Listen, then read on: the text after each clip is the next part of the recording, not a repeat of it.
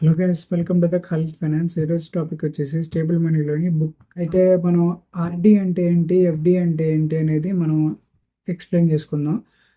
RD అంటే recurring deposit. అంటే ఆర్డిలో మనం ఎలాగైతే ఎస్ఐబిస్ చేసుకుంటున్నామో అలానే దీంట్లో కూడా ఆర్డీలో కూడా మంత్లీ అనేది రూపీస్ చొప్పున మనం ఇన్వెస్ట్మెంట్స్. ఎఫ్డి అంటే జస్ట్ లైక్ ఏ లంసమ్. అయితే నేను ఒక చిన్న వీడియో ప్లే చేస్తాను. ఆ వీడియో మీరు అబ్జర్వ్ చేయండి. మీకు ఆ వీడియోలో మీకేమని అనిపించింది అనేది కామెంట్స్ రూపంలో.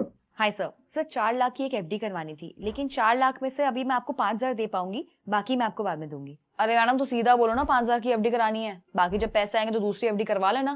नहीं नहीं सर, अभी एफडी के रेट बढ़िया चल रहे हैं ना। 5 साल की एफडी में 8.2% मिल जाएगा। तो बहुत सारे लोग कह रहे हैं अभी एफडी करा दो, वरना आरबीआई फिर से रेट कम कर देगा। तो 4 लाख की एफडी करवानी है, वो भी सिर्फ 5,000 रुपए देकर। मैडम 4 लाख की एफडी करानी है ना, तो 4 लाख अभी पूरे देने पड़ेंगे।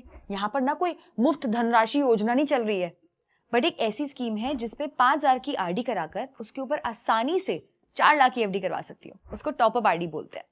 ये आरडी तो सुना है, टॉपअप आरडी क्या होता है? टॉपअप आरडी में नॉर्मल आरडी में टॉपअप यानी कि एक्स्ट्रा पैसे आप डाल सकते हो। मान लो मैंने 5,000 पर मंथ की आरडी शुरू करी, लेकिन 3 महीने बाद मुझे 50,000 का बोनस मिल गया, तो उस 50,000 का मैं अलग से आरडी करवाऊं, इसकी जगह मैंने इसी 5,000 वाली आरडी में 50,000 रुपए का टॉपअप कर दिया। और उससे फायदा क्या होगा? अगर 2-3 महीने बाद आरबीआई रेट कम कर देता है, जिसके चांसेस काफी ज्यादा हैं, तो भी मुझे 8.2% के हिसाब से इंटरेस्ट मिलता रहेगा अपने टॉपअप 50,000 रुपए पे भी, क्योंकि मैंने पहले ही हाई इंटरेस्ट पे अपनी आरडी को लॉक कर दिया था। सुन के तो मैडम गजब लग रहा है एकदम, बट क्या है ना, हमारे पास ये प्रोडक्ट है नहीं। पता है, ये मुझे मिल रहा है स्टेबल मनी ऐप पे, वो भी बिल्कुल फ्री में। स्टेबल मनी को ऑलरेडी 30 लाख से ज्यादा लोग ट्रस्ट करते हैं, और वहां पर आप 1,000 रुपए से अपनी इन्वेस्टमेंट शुरू कर सकते हो।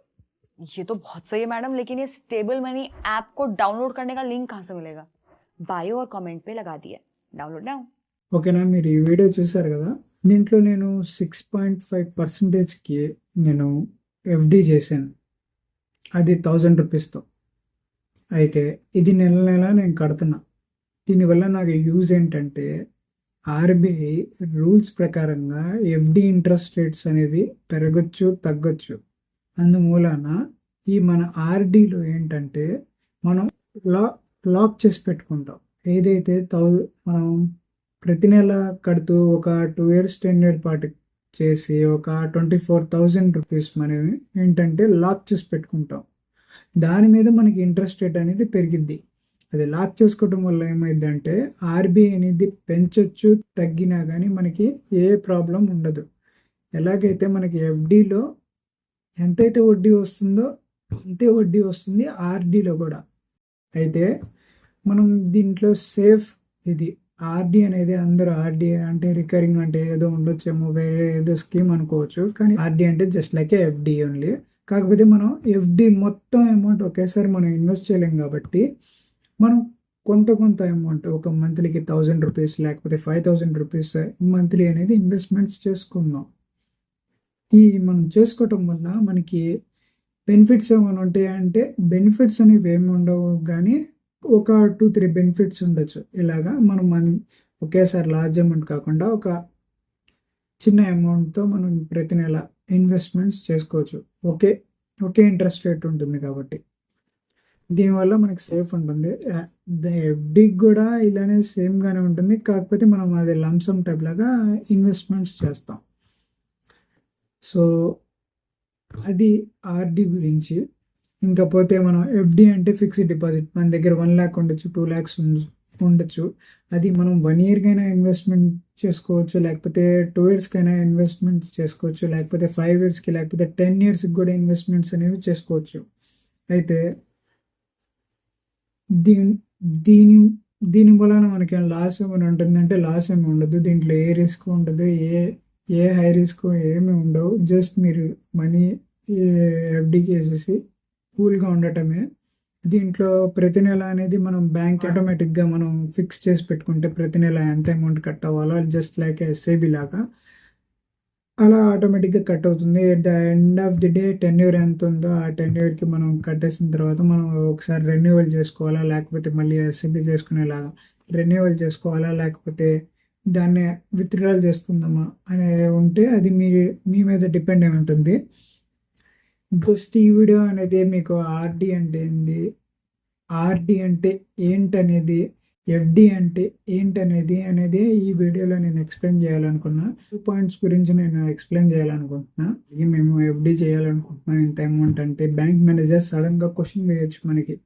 ఇప్పుడు నీకు క్యుములేటివ్ ఎఫ్‌డి కావాలా? నాన్ క్యుములేటివ్ ఎఫ్‌డి కావాలనేది వాడు అడుగుతాడు. ఓకేనా? మనం what is non cumulative and cumulative ఎఫ్‌డికి డిఫరెన్స్ ఏంటనేది మనం ఈ పాయింట్ కూడా మనం ఈ వీడియోలో డిస్కస్ చేసుకుందాం. ఎందుకంటే ఫర్దర్‌గా కొంతమంది నాకు తెలిసిన ఫ్రెండ్స్‌లో గానీ, రిలేటివ్స్‌లో గానీ చాలామంది అడిగారు ఇది క్యుములేటివ్ ఎఫ్‌డి అంటే ఏంటి? నాన్ క్యుములేటివ్ ఎఫ్‌డి అంటే ఏంటని.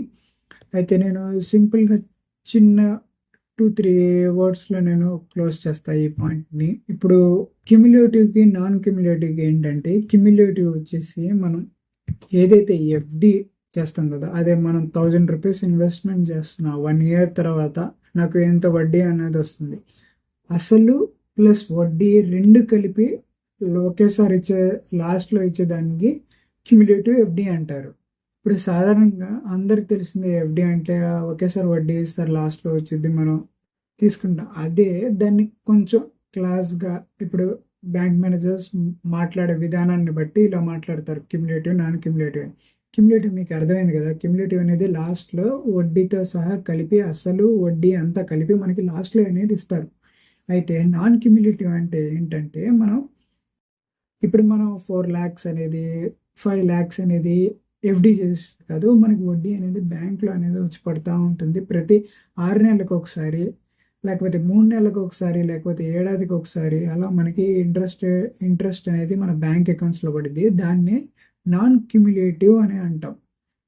మీకు అర్థమైంది కదా! క్యుములేటివ్ అంటే ఏంటి అనేది, నాన్ క్యుములేటివ్ అంటే ఏంటనేది. అయితే దీ ఇంకొక పాయింటొచ్చేసి, ఈ పాయింట్ అనేది మనం ఎఫ్‌డీస్ మనం ఎంత రేంజ్‌లో మనం ఇన్వెస్ట్‌మెంట్ చేస్తే మనకి సేఫ్ అనేది బ్యాంక్స్‌లో ఏమైనా ప్రాబ్లమ్స్ వచ్చినా, లేకపోతే ఏమైనా వేరే వేరే ఆర్‌బీఐ నుంచి ఏమైనా రూల్స్ అనేవి ఫర్దర్‌గా పాస్ అయినప్పుడు, ఏమైనా మనకి ప్రాబ్లమ్స్ వచ్చినప్పుడు మనం ఇప్పుడు ఎఫ్‌డి అనేది జనరల్‌గా మనం ఎంతైనా ఇన్వెస్ట్‌మెంట్ చేసుకోవచ్చు అని అంటారు. మనం మనం రూ. 1000 ఇన్వెస్ట్ చేసుకోవచ్చు. 10,000 ఇన్వెస్ట్‌మెంట్ చేసుకోవచ్చు. లేకపోతే 10,00,000 వరకైనా ఇన్వెస్ట్‌మెంట్ చేసుకోవచ్చు అంటారు. కానీ ఇఫ్ ఇన్ కేస్ బ్యాంక్‌లో గానీ ఏమైనా ఇష్యూస్ వచ్చేసి, ఏ పర్టిక్యులర్ బ్రాంచ్‌లో మనకి ఏమైనా ఇష్యూస్ వచ్చేసి, లేకపోతే ఆర్‌బీఐ రూల్స్ ప్రకారంగా, లేకపోతే కంపెనీ రూల్స్ ప్రకారంగా బ్యాంక్‌లో ఉంటే 5,00,000 వరకు మాత్రమే మనకి బ్యాంక్ అనేది ఇన్స్యూరెన్స్ అనేది ఇస్తుంది మనకి. మనం ఇప్పుడు 10,00,000 ఇన్వెస్ట్‌మెంట్ చేసాం ఎఫ్‌డిలో. అయితే బ్యాంక్‌లో మనం ఏమైనా గ్లిచ్ ప్రాబ్లమ్స్ వచ్చేసి రూల్స్ ప్రకారంగా ఉంటే, మనం బ్యాంక్ అనేది మనం 10,00,000 ఎఫ్‌డి చేసినా గానీ మనకి మి మినిమమ్ మనకి 5,00,000 మాత్రమే ఇస్తుంది. అందుకోసం అని చెప్పేసి మనం బ్యాంక్‌లో అనేది ఇన్వెస్ట్‌మెంట్స్ అనేవి ఎక్కువ మోతాదులో పెట్టుకోకూడదు. తక్కువ మోతాదులోనే మనం బ్యాంక్‌లో అనేది ఇన్వెస్ట్‌మెంట్స్ అనేవి చేసుకోవాలి. తక్కువగా ఇన్వెస్ట్‌మెంట్స్ చేసుకోవాలి. అదే జస్ట్ లైక్ 5,00,000 అలాగే నేను మీకు చిన్న ఒక వీడియో క్లిప్ గూడా పెడతాను దీంట్లో. దాంట్లో ఏంటంటే మనం బ్యాంక్ ఆర్‌బీఐ రూల్స్ ప్రకారంగా మనకి కొన్ని రూల్స్ అనేవి ఉంటాయి. అవి మనం గూడా పాటించాలి. అంటే పాటించాలంటే మినిమమ్ మనము ఒక 10,00,000 పెట్టేయవచ్చు కాదనట్లా. కాకపోతే మనకి అష్యూరెన్స్ గూడా కావాలి గదా! మనం పెట్టాం 10,00,000 ఉండొచ్చు, ఈరోజు ఉండొచ్చు. లేకపోతే జస్ట్ లైక్ ఏ కొలాప్స్ లైక్ ఇప్పుడు నోట్‌బందీ అని వచ్చింది.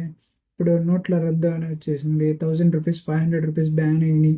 ఇలాంటి సిట్యుయేషన్స్‌లో మనకి ఈ ఇటువంటి సిట్యుయేషన్స్ వస్తాయని చెప్పేసి అది ఆర్‌బీఐ ఏమంటుందంటే ఎఫ్‌డీస్ మీరు ఎక్కువగా ఇన్వెస్ట్‌మెంట్స్ చేసుకునేటట్లయితే మీరు కొంచెం ఆలోచించి ఇన్వెస్ట్‌మెంట్స్ చేసుకోమని చెప్పి ఆర్‌బీఐ గైడ్‌లైన్స్‌లో, రూల్స్‌లో ఎక్స్‌ప్లెయిన్ చేస్తుంది. ఆ పర్టిక్యులర్ షార్ట్ అనేది నేను ఈ వీడియోలో మెన్షన్ చేస్తాను చూడండి.